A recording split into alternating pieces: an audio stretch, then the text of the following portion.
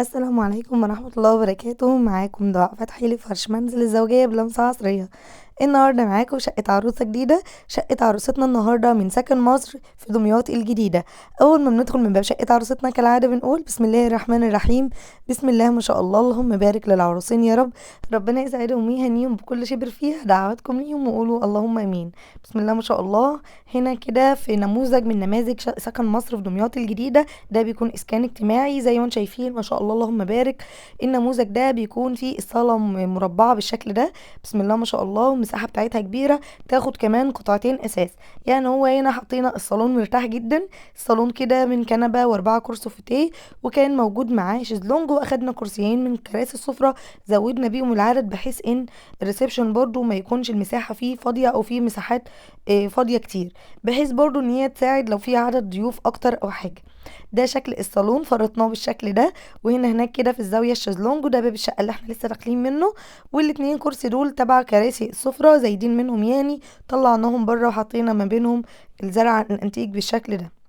من رأيي الشخصي كنت بقول للعروسة ان كانت تسيب أوضة السفرة تبقى أوضة ليفينج، ويخلوا السفرة هنا مكان الجزء اللي فيه الشезлونج ده، وكانت تبقى السفرة بالنيش بالبار تتقسم في الجدران، وهنا الصالون يتلم سنة كمان على بعض. وكان برضو ما شاء الله المساحة على فكرة أوسع، لأن في ورا الصالون مساحات فاضية، وفي الجنوب كده من مدخل البلكونة بسم الله ما شاء الله. بس هم أحبوا ان هم يخلوا السفرة في الغرفة، وهنشوفها مع بعض دلوقتي. ده شكل الستارة زي ما انتم شايفين بالشكل ده. بسم الله ما شاء الله، ربنا يا رب يسعد عروستنا ويهنيها بحاجتها اللهم امين. وهنا كده موجود فيه شاشة مع صالون، وندخل على ستارة الطرقة اللي بدخلنا على طرقة التوزيع اللي فيها الحمام والمطبخ وغرف النوم. واحب اذكركم كده من بداية الفيديو اوعوا تنسوا تحطوا اللايك وتشتركوا في القناة لو انت مش مشتركة، وتفعلوا الجرس علشان يوصلك كل ما هو جديد في شغل في شقق العرايس. ندخل ونقول بسم الله الرحمن الرحيم. هنا كده معانا طرق التوزيع.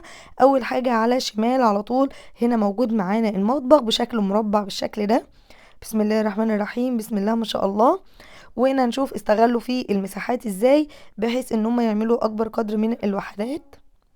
سكن مصر بيكون في داخل فيه العدادات، العداد الغاز الطبيعي والكهرباء والمية وكده، فهو اصلا موجود هنا الغاز الطبيعي.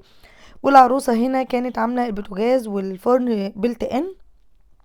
من اول باب المطبخ على طول بدأوا الوحدات، عملوا الفرن كده في المستوى العالي بحيث ان العروسة ما توطيش، او اي ست بيت عموما ما يبقاش الدنيا ضيقة عليها لو من تحت وان هي توطي او كده. والجزء اللي فيه الحوض اللي احنا شفناه. وفي الاول كده موجود المكان ده ممكن تحط فيه كاتل مكان طقم المشروبات ده، وممكن تحط فيه اي حاجة تانية هي محتاجاها جنبها بالنسبة لها في المكان ده، بس احنا حطينا لها هنا طقم المشروبات. وهنا كده موجود معانا البوتاجاز اي كوك ده بيلت ان، وجنبه كده طقم التوابل الدوارة. وفي موجود في الزاوية الاير فراير، وجنبها كده الميكروويف. وبالنسبة للكاتل اللي هو بيبقى 2 كاتل دول، وتحتهم القاعدة بتاعتهم حطيناهم فوق الميكروويف بالشكل ده، ان برضو وراهم فيشة. طبعا الجزء هنا اللي فيه الحوض فيه الصفايه بتاعه الاطباق والمعالق. دي شايله الكحك معرفش ايه اللي جابها هنا، اللي هي بتكون بسكوتيره او طقم للتسالي او كده، تتحط فيها تسالي ومقبلات حاجات زي كده يعني. هنا فوق الحوض على طول في كده ايه وحده لوحدها حطيت لي فيها زي النيش كده المطبخ اللي فيها الكاسات بالنسبه للتقديم او استخدامها الشخصي. اما هنا في الرشاقة حاطط لها طقم العشاء كامل بالشكل ده، وكان فيها مكان كده للاطباق، وفي رفين وزعت فيهم باقي الحاجات. الطبق اللي في الحوض ده هما كانوا بيستخدموه كده في التلميع والتنظيف، فهم يعني نسيوا يعنوه او كده.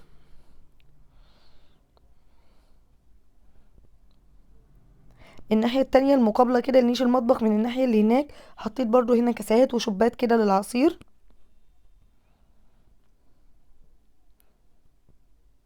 والادراج زي ما انتوا عارفين بيكون فيها الرفاية زي ما انتم شايفين مقسمين فئات بالشكل ده. الجزء اللي تحت الفرن معايا كان مساحته واسعة ما شاء الله، لمت معايا اكبر قدر من الصواني والطاسات. فاول رف حطيتهم هنا كده بحيث ان يبقوا تحت الفرن على طول، وبرده الطاسات كده قريبة جدا للبوتاجاز، هي كده كده المساحة مش كبيرة قوي ومش صغيرة برضو. وحطيت هنا كل الحاجات البايركس، بس خليت ان الحاجات اللي هي طاسات او كده هي اللي في الرف الاول، لان يبقى اقرب لايديها ما تحتاجش ان هي توطي كتير. البايركس مش هتستخدمه كتير قوي، يا اما بحطه تحت قوي يا اما برفعه فوق قوي، لان مش عليه استخدام كتير زي باقي الحاجات. زاويه هنا في اول رف حطيت لها كل الحاجات اللي استانلس مع بعض، سواء اطقم حلل او كنك او برادات او ترمس للشاي او كده. وهنا حطيت لها علب تلاجة وحاجات زياده واطقم توزيع، يعني الى حد ما حاجات ليها علاقه بالتخزين. وكان معانا عجان ما كانش ليه مكان الصراحه، حطيناه في الزاويه جوه، وبرده هو قريب لايديها مش بعيد. تحت البوتاجاز هنا بالشكل ده حطيت لها الحلل بتاعتها، في الرف الواحد حطيت لها 3 اطقم زي ما انتم شايفين كده، والتيفال كله لميته الطقم على بعضه من تحت. يعني حطيت لها سيراميك والجرانيت والصاج اللي داخله جرانيت بالشكل اللي انتم شايفينه ده. الحلل الكبيره ورا والصغيره اللي هتستخدمها اكتر قدام. وطقم ايتيفال كامل بالصواني بالطاسات بتاعته موجود تحت، يعني ممكن ما تستخدمش اصلا من الصواني والطاسات التانيين لان دول عدد كافي جدا. هنا كده موجود ارفف ديكوريه حطينا فيها ايه الزياده بتاعه الزيت والخل اهي جنب البوتاجاز برضو قريبه. وحطيت كده ايه انتيكه شجره كده شكلها لطيف. وهنا الحاجات اللي هي بستندات زي اطقم الشاي طقم الشوربه طواجن حاجات اللي زي كده رفعتها كده من فوق. ومن تحت من هنا حطيت لها الخلاط والكبه والهاند بلندر والحاجات الاساسيه تكون تحت في الضرفه اللي قرب لايديها. بالنسبه بقى هنا من فوق الفرن خالص، هي كان ما شاء الله اللهم بارك عندها كوبايات كتير، فاحنا حقيقي فتحنا عدد كبير زي اللي فتحناه في اول رف تحت كده، والباقي رفعناه بالكراتين وحطينا ايه قدامه كده بعض الحاجات اللي ممكن تحتاجها من قدام تبقى برضو قريبه لايديها. وبكده يكون المطبخ بكل تفاصيله ومحتوياته خلصت. اتمنى يكون عجبكم. اول غرفه معانا على اليمين على طول في الطرقه دي غرفه السفره، موجود فيها السفرة والنيش والبوفيه وبرضو التلاجة بتاعة المطبخ. لو اخدتوا بالكم ان المطبخ ما كانش فيه التلاجة لان عشان يوسعوا مساحة او كده فحطوا التلاجة هنا. دي الغرفة اللي انا بقول لكم كنت بقولها لو كانت للمعيشة افضل مثلا بشلتتين والشاشة تخش جوه وتبقى ايه للهرس زي ما بنقول كده، ويبقى مثلا السفرة بره. بس طبعا الناس اذواقية قالت فيما بعد ممكن ان هم فعلا يعملوا كده، بس قالت هم حبوا ان هم ايه يملوا الغرف كل غرفة تكون ليها ايه حاجتها. معايا لمبة هنا كانت مغلفاني طول ما انا بفرش عمالة بترعش تعبت لعيني، فبرضه شكلها ترعش معانا في الفيديو. هنا ده شكل البوفيه حطيت عليه 3 شمعدان بالشكل دول وبعض الانتيكات. وهنا كده ده شكل السفرة. اما هنا ده قطعة النيش شكله اول ده من بره وبعدين نشوف تفاصيله من جوه. لو وصلتوا معايا لحد هنا وهكونوا ناسيين تحطوا اللايك وتشتركوا في القناة لو اول مرة تتابعوني، او لو كنتوا بتنسوا كده ان انتوا تشتركوا اشتركوا كده على الزرار الاحمر. ولو بتتابعوني من على الفيسبوك ان تنسوش تعملوا متابعة واعجاب للبيج.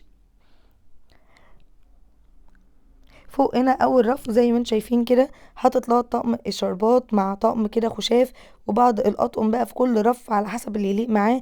يعني هنا كان معاه طقم شاي اللي هو الاسود ده، حطيت معاه طقم القهوة اللي جنبه. الرف اللي فوق وحطيت فيه كل الكاسات الدهبي، يعني لو اخدت بالكم هتلاقوا اكتر حاجات فيه اللي هي الكاسات الدهبي بسم الله ما شاء الله واطقم شربات كده. هنا طقم والناحية التانية برضو مقابل ليه طقم.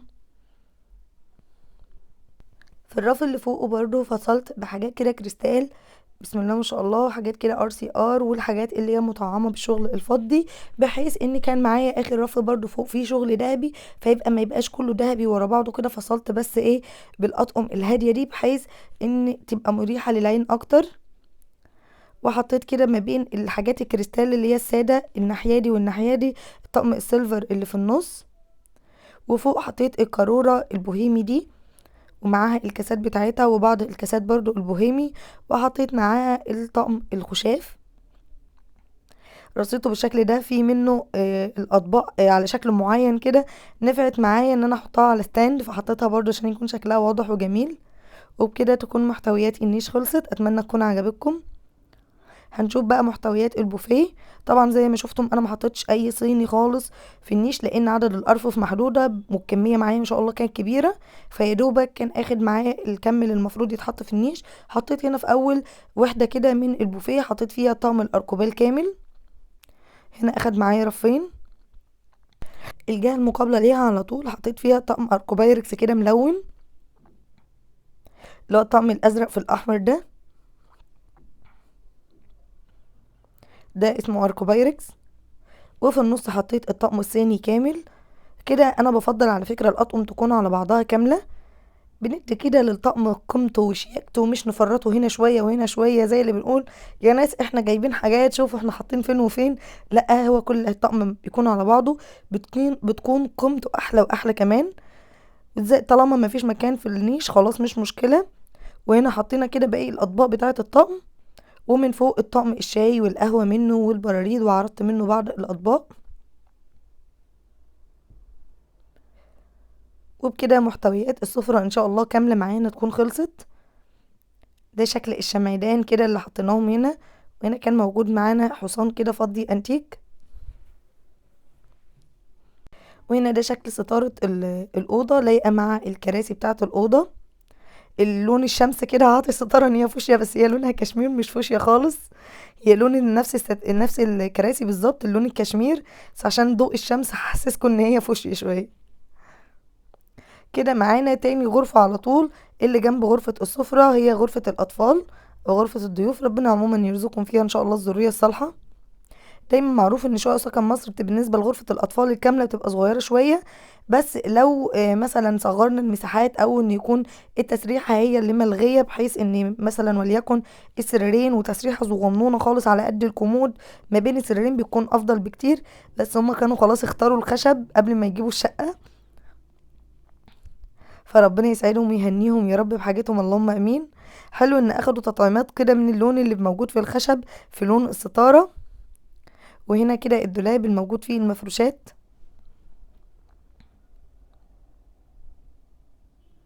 زي ما انتم شايفين بالشكل ده وزعت لها الفوط في اكتر من رف. من تحت كده موجود على الشمال لحاف فايبر، فوق 2 كوفرتا كده اطفال، وفوق برضه كوفرتا للسرير الكبير. فصلت ما بين الاطفال، يعني فوق 2 اطفال وتحت 2 اطفال وما بينهم كده كوفرتا كبير. اما هنا ده شكل الفوط، حاولنا ان احنا نظهر رسوماتهم ما شاء الله العدد بتاعهم اللهم بارك كان كتير، فحاولنا ان احنا نظهر الرسومات بتاعتهم وبرضه ما يبقاش الدنيا مكركبه فوق بعضها او تحسوا العين مش مرتاحه. فوق هنا حطيت لها المفارش القطيفه، ال3 مفارش قطيفه بالنسبه للسريرين الاطفال والسرير الكبير اللي في النص. وتحت منهم على طول في الرف التاني حطيت لها الملايات بتاعه السراير الاطفال. تحت خالص بقى حطيت لها البطاطين والدفايات والكوفرتيات واللحافه بتاعه السراير الاطفال. زي ما واضح قدامكم كده كل حاجات اللي عموما عليها رسومات اطفال تكون خاصه بغرف الاطفال.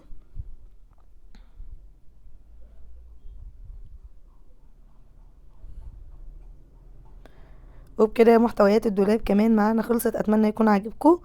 وهنا المفارش بتاعتها السوفت كانت جميله وقيمه جدا جدا بسم الله ما شاء الله.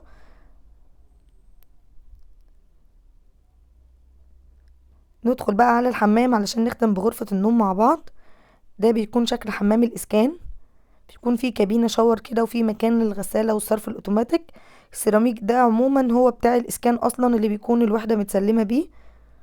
والكابينة شاور برضو بتكون هي الخاصة بالإسكان. يعني هنا الشقة بدون أي تعديلات. ده بالنسبة للناس اللي تبقى عايزة تشوف سكن مصر شكله ايه أو كده والوحدات بيسلموها ازاي. ندخل بقى على آخر حاجة الغرفة بتاعت غرفة النوم. بسم الله الرحمن الرحيم، بسم الله ما شاء الله اللهم بارك يا رب. الغرفة هنا برضو كبيرة بس حلوة وجميلة وفي مساحة حركة حلوة برضو بسم الله ما شاء الله.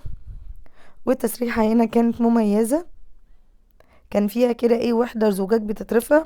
متنسوش بقى طالما ظهرنا في المراية تعملوا لي باي باي وتشتركوا في القناة لو انت مش مشتركة وتفعلي الجرس. هنا كده الشماعة بتاعت غرفة النوم علقنا عليها البرانس، ما كانش موجود معانا علقة في الحمام. وهنا ده كومود كده للسرير، والسرير اهو الكومود التاني اللي جنب السرير على طول. وده بوكيه ورد كده عند العروسة بتاع الخطوبة، حطيناه كده شكله هو عاطي منظر كده على السرير. وظهر السرير كابوتونيه، وكويس ان الشبابيك الموتيل اللي هي بتكون جرار فما بتعوقش فتحة او قفل الشباك. ومن جنب الكومود كده ايه جزء زي الكومود كده وبنسميه العسكري عندنا في دمياط. هنا زي ما انتم شايفين موجود رف كده الملابس العريس، والرف اللي فوقه كده لشنط الخروج بتاعة العروسة والكورسات. اما الجزء اللي في النص دايما بنعمله لبس العروسة لانه هو بيكون اخد الحيز الاكبر. فاللبس الشتوي كده اخد معانا الرفين دول، والصيفي اخد معانا الرفين اللي تحت. حجم اللبس الشتوي بيبقى عموما الاحجام بتاعته كبيرة عشان بيكون منفوش اكتر. واخر حاجه معانا هنا اول الرف اللي فوق ده موجود فيه الملايات بتاعه السرير الكبير والكوفرتيات اللي هي تستخدمها هنا. وبكده نكون وصلنا لنهاية جولتنا في شقة عروستنا النهاردة. اتمنى يكون عجبكم، اتمنى منكم ما تنسوش اللايك والشير والسبسكرايب، تعملوا شير كتير على اوسع نطاق، وما تنسوش تدعوا دعوة حلوة للعروسة من قلبكم ولكم بالمثل بإذن الله. وبالنسبة للحجز والاستعلام حاليا متاح ان شاء الله حجوزات لشهر 2. احنا حاليا في شهر 1 2023، حاليا متاح حجوزات لشهر 2 وشهر 3 برضو. اما شهر 4 لسه ربنا العالم، لان طبعا هيكون فيه رمضان، فربنا ييسر باذن الله. حاليا احنا بناخد الحجز قبلها بشهر. متنسيش تتواصلي على رسائل البيج على الفيسبوك، بيتم الرد عليه يوميا اسرع من الواتساب كمان. اتمنى النهارده تكون شقه عروستنا عجبكم، اشوفكم بخير في فيديو جديد، انتظروني، مع السلامه.